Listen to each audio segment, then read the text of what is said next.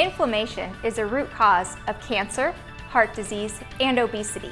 It is also the direct cause of arthritis. But the right diet can play an important role in reducing inflammation and arthritis pain. There are 2 dietary tactics that can help. The first is the avoidance of 3 primary foods: processed foods, fried foods, and refined grains like those in processed foods. The second tactic is a diet of several foods that are known to be anti-inflammatory, including fresh fish, fruits and vegetables, nuts and seeds, tea, especially white or green, small quantities of dark chocolate, flax seeds, and wild cold water fish.